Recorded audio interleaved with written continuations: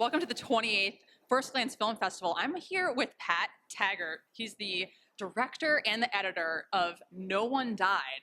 And it's the title throws you because it's about the Philly Wing Bowl, which was before my time here in Philadelphia. Mm-hmm. I moved here in 2015. But this was like a movement and like kind of like a cultural phenomenon that went far past a chicken wing eating contest. Please fill us in about where this idea came from and how you got started even like storytelling this. Sure. So people look now and say, hey, the Eagles just won the Super Bowl. Mm-hmm. They've always been good. Not true. The Eagles were awful for a very long time. This is true. So Yeah. sports, and especially football in this city, is a religion. Mm-hmm. Early 90s, the sports talk radio guys are on the air. They're lamenting about how bad this football team is. And then out of the blue, the one guy says, we need something to do on Super Bowl weekend. We're not going to ever be in it. Let's have a chicken wing eating contest. Right. So they did a Friday remote broadcast. And they said, let's just set up a table, get a couple of fat guys, let them come out and eat chicken wings. Well, 200 people show up to the lobby of this fancy hotel. So you got to picture people in business suits checking into this hotel, and you got these degenerates walking around drinking beer out of a brown bag. Yeah. So they thought, maybe we have something. Let's do it again. So the next year's a little bigger. The next year's a little bigger. And pretty soon, you got 30,000 people on a Friday morning in the dead of winter showing up to watch people eat chicken in a contest that really, as you know, because you've seen it, had nothing to do with chicken at all. It had nothing to do with chicken at all. So why tell this story, and how does it connect to you as like a filmmaker? Yeah, I think whenever you look and see what's on, especially the streamers now, everything is true crime. It's true crime, sure. right? I love always seen movies as a way to escape. Yeah. I love to laugh. I love it gives you kind of a break from your life, and you just get to kind of decompress. And I think giving people the gift of laughter is a wonderful thing. Very true. But you need a story with humor.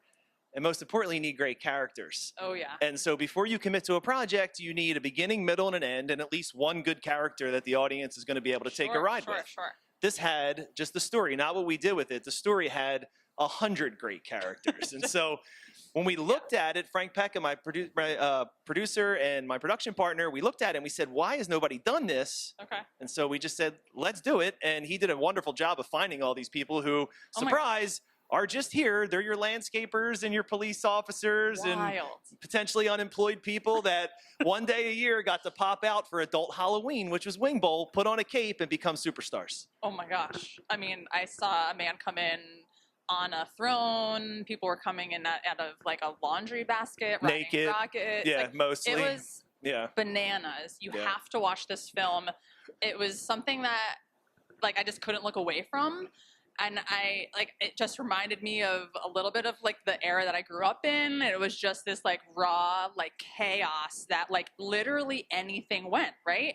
And to be able to capture it, just to bring it back to the film here, he captured it so well. You captured it so well. Thank you so much. And the story was told in such a fluid, professional way that like I wanted to know how it ended. Like I wanted to like just keep learning about where is this story going? Like how, like where's the ceiling on this, you know? Yeah, I think the challenge, when you're editing something like this that spans 26 years is that you have to figure out, okay, when we established that it wasn't about who won every year, right? Then it's like, all right, how do you tell a cohesive story knowing that people are going to come in and out of this? Like the people that are in the first couple of years, some of those people were really old by the very end and they were long out of this, right? Sure. So you had to try to figure out like, okay, what's the common denominator through all this? For our story, it was a guy named Angelo Cataldi.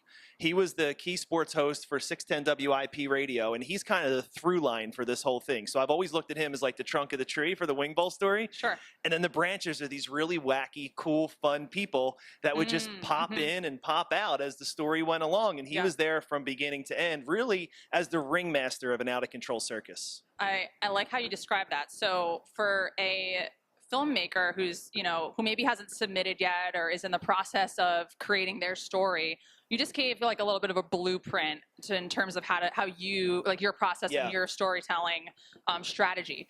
Can you elaborate a little bit on that to maybe help out a new filmmaker that might be watching? Yeah, Serena, I think it has to be somebody's story.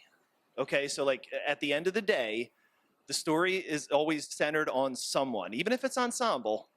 For me, it always has to be somebody's story. And it really kind of emerged early on that, okay, this is Angelo's story. Sure. Okay, that's why we kind of end with him by himself in that solitude in that giant arena, and then how are these people supporting his story? Sure, sure. And so I think that once you establish that, then when you have kind of, if I give a sports analogy, a 50-50 ball. So in sports, if they throw a football up, it's a 50-50 ball. Sometimes you'll have somebody telling a story in a documentary, multiple people telling the same story. It makes it really easy to figure out whose story to use when you have priority on kind of whose story it is. So like Angelo would tell these stories and other people would tell them as well. I would always side with Angelo if it was kind of even, because the audience needed to attach to him more than anybody else. I love that.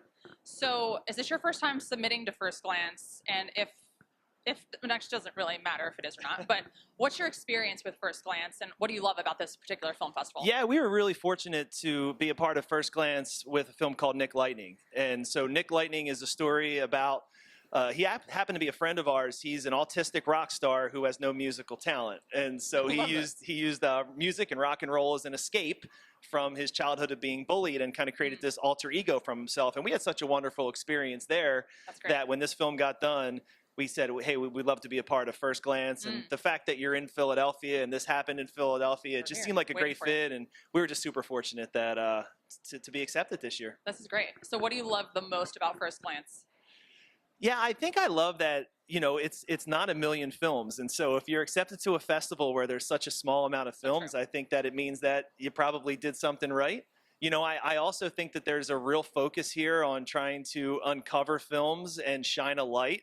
Obviously, FirstGlance, and it all works with the name, but you're trying to shine a light on projects that haven't necessarily been seen or haven't been seen in, you know, a million festivals by now, because there's a lot of large festivals that, you know, they're only taking things that, while they're called independent, they're not really independent films, right? I mean, there's how independent is your film if it had an $80 million budget? Not very independent, in my opinion, right? It's like a pseudo studio film. Very true. And I love that about this festival. I think it's really filmmaker friendly, and I think that the heart behind it, it's your heart's in the right place. That's so great.